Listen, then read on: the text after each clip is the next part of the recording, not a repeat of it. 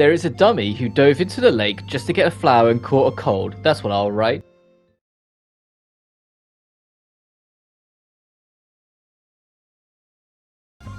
Okay, let me read it.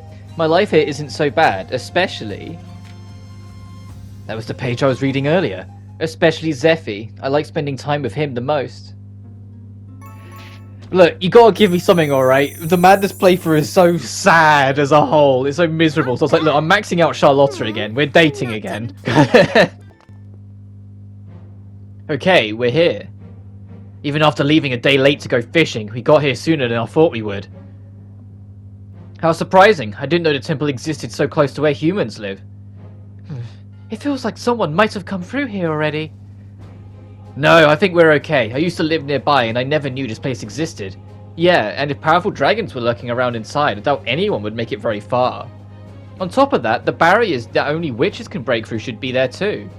I usually don't like using barriers, but they do come in handy in times like these.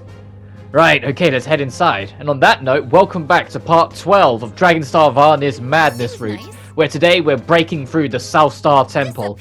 You might notice this is actually a kind of a shorter video compared to normal. That wasn't my intention. This recording was about 30-ish minutes, like 29 to 30-ish minutes. And I was like, yeah, that'll be a healthy length. When I cut out like the unnecessary encounters, that'll be like a good, healthy, like 25, 26 minute video. As we experience a glitch that I think I experienced on my first run through recording as well. Like back when we did the True Path, that sometimes these gungoyles will just for some reason get a back attack on you from a mile away for no good reason. But what happened is that there's an encounter, and assuming I remember when we get to it, I'll point it out when we get to it, that I didn't realise until after I edited it out, because it was just an enemy we fought before, so I edited it out like I usually do. Took forever. Just because the enemy kept on time wasting. The enemy kept on, I kept on missing the Devour, it kept on buffing itself, it kept on healing. It was just constantly time wasting, and I didn't realise the fight had went on for as long as it did. And so when I like edited it out, I was like, oh god, this fight actually took forever. And suddenly my 29-minute video lost about 9 minutes. All on its own. I was like, Jesus Christ, it's like a normal enemy. I was half tempted to keep it in, but it's an extremely boring fight, so there's really no reason to. It's just me trying to devour, it missing, it healing itself, me weakening it again, me going for the Devour, it missing, rinse and repeat for like 9 minutes. So this video is only shorter because if that encounter hadn't taken as long as it would, my recording timer would have said around like 22 minutes-ish when you include like the other encounters I skipped. This looks handy. And I would have probably continued onwards. But once I finished recording and put it down, started editing it together, I looked at the recording length and I was like, huh. And although, yeah, I was kind of tempted to go back and just do a second session, record it then. But then it would have been like a 50-minute video, because it would have been a second, you know, full session of recording. So I don't really like going into, especially a JRPG, going in to record something for only like 5 minutes. I don't like doing that. If I'm going to record something, I'm settling in and recording for a good 40 minutes, like half an hour to 40 minutes when I'm recording.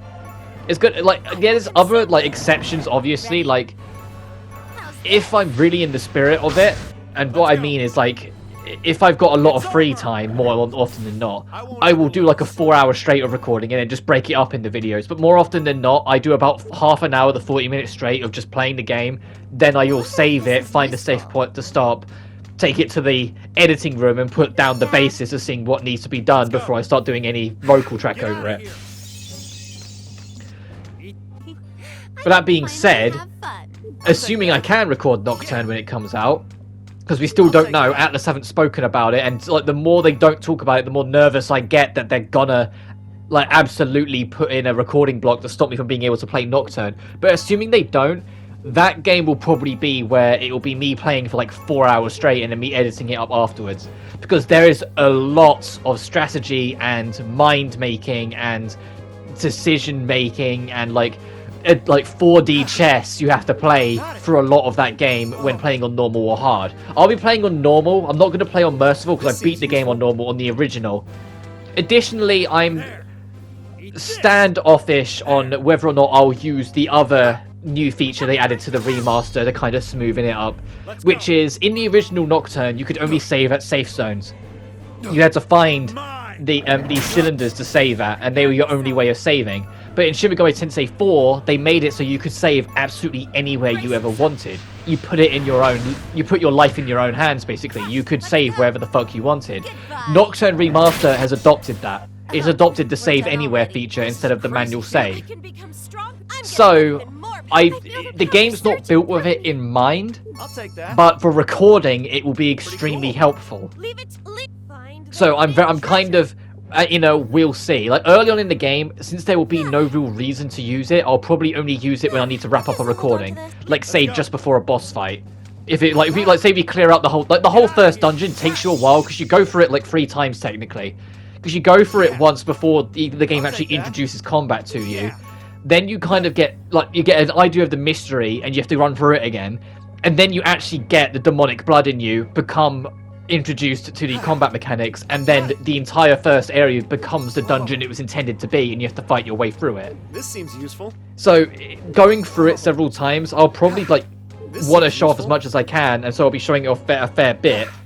And then save before the first major boss, and then there'll be a separate video. So being able to save right before it, so then the backtrack, because it's quite a backtrack from the boss. Because that was the other thing that was kind of infamous with Nocturne, is that some of those safe zones, some of those save points, were a distance. They weren't something you could just, they weren't right at the start of the dungeon or right at the end. They were smack bang in the middle, and the dungeon was 40 minutes long. So it's you had to make the most of your resources to get there and get through it, which is partly why I'm kind of hesitant to use it, because I liked the added challenge of they built the dungeons specifically that you were always trying to organize your resources, put everything together, and then make your fight to the next safe zone. And then you get there, go through your equipment and inventory, sort everything out, look at where your next spot you're aiming for is. The final dungeon has 8 safe zones. But the dungeon is 666 floors, so you have to really fucking manage your resources to get through all of that. Ready? I say that, it's technically not 666, it's just you start on floor 1 and you end on 666, but there's a lot of, every time you defeat a mini-boss, you hop on a mini-lift that advances you 50 floors. Or it's you'll go into a room and it'll be 2 staircases, so you advance 2 floors. There's a lot of, you still go from 1 all the way up to 666, but you don't do every single floor individually. But I'm talking about a completely different thing here. Nocturne's a while away yet. We got Dragonstar's Madness route. This enemy that we're fighting, the Sanctuary Dragons, these are the guys that end up actually being a pain in the dick for me later on. This encounter goes exactly as smoothly as it should do when you go against them. But the next time I bump into them, they just refuse to play ball. They just argue with me the entire stretch of the thing and end up wasting 9 minutes. Which is, well, I said, what made this video end up being as short as it is. Pretty cool. Which, to be fair, I guess it kind of works in my favor on a personal level, because I'm always trying to work on little things like that when I'm not actually working at my real job. Also, that's quite a punishment of magic attack. So you see, even though I click on it, when I record the next bit, I might go back, just because the boost and everything else is nice, but that's a sharp drop in magic attack for it, a really sharp drop, because it doesn't give anything for it. So Manessa's magic takes a puncture. This seems useful. That I kind of don't want it to take, but I've got time. I might make an elixir for her to try and see if I can get a better weapon for her to justify that. But this is the one. This is the encounter that I cut out. Because I cut and just carried on, because in my mind I didn't think that fight actually took that long. It was annoying, but it didn't feel like it took forever. But it was only when I went back to edit it out, I realized it was 9 minutes. I was like, oh. But it has been fun to go through. Despite how much it disgruntles me doing the Madness route, I am enjoying going through this again. Otherwise, I wouldn't be recording it. And the fact that this video is a bit shorter forces me to have a bit more of a break with it, because otherwise I'd be doing 30-minute long videos every day and destroying my throat. I know, having to watch your back is so tiring. We haven't even found anything yet. I wish we had good news to bring home. I know. I think we'll have to go back to the very end, just like last time. So let's be careful. Got it. This seems useful. And just like before, here's the locked door you can't open till later. Right in the middle. So if you're going on the true path, it's it's almost tempting to leave it, because it's so annoyingly placed. Because you have to make such a run for it, whilst also, being concerned with the kids. You have enough time. You have more than enough time, as I like to think I demonstrated in the main playthrough. Like, the kids were quite far away from the danger zone by the time we wrapped up. This looks handy. But so I'd like to think that you, like, I've proven you can do it. Like, it's a very slow time limit. You're only really failing it if you're choosing to a lot of the time, or if you accidentally leave the controller, like leave the game running in a dungeon and not pause it or something. But I'd like to think you'd be wise enough to be aware of the mechanic and, you know, not do that. And maybe on the harder difficulties you'll get a bit tighter, if you might have to... Well, as you know, I was about to say you might have to grind a bit more, but I take that back because the harder difficulty you go, the more experience enemies drop. To try and balance that out, to make it so the time limit still isn't too much. Like, it's the same level of threat regardless of what difficulty it is. If anything, it might be more of a threat on easy difficulty because you'll be getting less experience, so you'll be a much lower level. So it might be more tempted to start grinding just so you can keep up with the enemy's level. But then easy as a whole is also easier, so maybe that balances itself out. Like, it's awkward, you know? And also this dragon, the Platinum Star, although I try and go for the Devour with Charlotta, it's actually better, at least for me, that I got it with Zephy, which I eventually do. Because this is the enemy that drops Light Eater, which is the Devour skill that will do extra if an enemy is weak to light. And because Zephy is light elemental, it just makes sense to try and get it for him. So I'm grateful it does end up working out and I get that. Even though I was more just pushing for the Devour of anyone, as it straight up killed Charlotta. But I was like, okay, normal enemy, hard mode, right, got it. And like, I even have like Manessa duck out of the row so Flame Breath doesn't catch her to heal just to be on the safe side. Because if I didn't heal and that Devour missed, another Flame Breath would have really put us in the danger zone. And yeah, game overing really no longer matters because of the madness scale being full. It would just kick us out the dungeon and waste time. It's still not something I'm gonna, you know, allow to happen if I can help it. Also, I can't remember if I did this as well on the true ending pathway, but I accidentally go the correct way and eventually just commit to it, and then when I get to the end I cut the showing what's on the wrong way because of the optional encounter that's for a quest is on the other route. Because I remember it was one of the star temples I accidentally went the right way, and so then later on had to come back to clean up and waste a bit more time, unfortunately, just to show off everything. But I can't remember if it was this one or the third star temple. It might have been the third star temple because that goes so many different paths. It's very easily to just go the intended way when you're trying to not to clear everything out. But on this run, I do end up accidentally going the correct way first, so I have to cut to go back the other way. I won't ever lose. And the thing is I actually start going the wrong way, but in most instances, if it requires a character skill to get through it, and there's an alternate path that doesn't, the character skill is usually the wrong path. So I saw that, and I was like, well, that requires a Lapanet skill, so that's probably the wrong path. So I U-turn and go back the other way. If it's the only path in front of you, then it's obviously the mandatory one. But more often than not, if it's a split pathway, the one that requires you to just go there is the one that's fine. Here I go. So I take this thinking, yeah, it's probably the wrong path. But then a little later on, actually I think I checked the map again coming up because I start getting a bit, not paranoid, but just like, hang on a minute, what? Yeah, here, I start checking it again and again. And eventually I'm like, you know what, this is the correct pathway, but I'm just going to go through to the end, tap the save crystal for the free heal, and then I'll just cut to when I'm back on the other path to show you the optional fight. Because that's pretty much the only thing on the optional path is that fight. Which to be fair, so I won't have much time to talk about it during it, so I'll talk about it now. The optional quest fight that's waiting in here has a bit of a gimmick to it, where if his health ever drops below half, it will immediately follow up with max healing, which will fully restore its health, no matter what. The idea, though, is that its devour percentage, or its devour rate, of like what your odds are of getting it, goes up a lot quicker than normal when you start hurting it. So the idea is, in a single flow of turns, because max healing has a huge wait time on it, so everyone gets to go once bare minimum, some characters will get to go twice.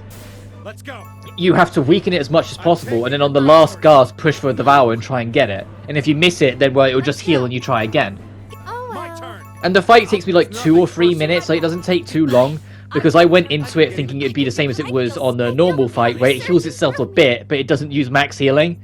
But no, it has max healing on hard and above, so if you start hurting it, it will immediately just undo all of your work. So you have to kind of weaken it as much as you can, then push for the Devour just before its turn. Not bad. Because although you might be able to under the right circumstances, it's unlikely you're going to be able to kill the whole thing in one I turn. wonder if this is useful. So you might as well push for its gimmick anyway. But here's the point where I cut away to the other path. Going down here, here's the fight I was on about.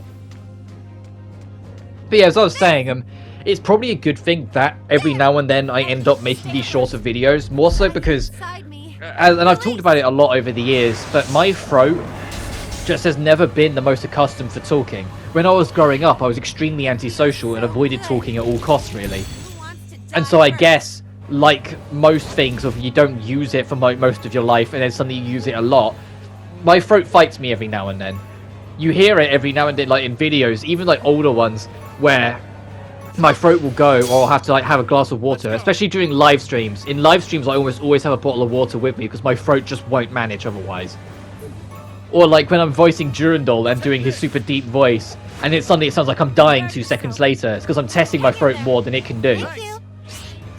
Well, I guess I need to do throat exercises and such. I would get into the swing of it.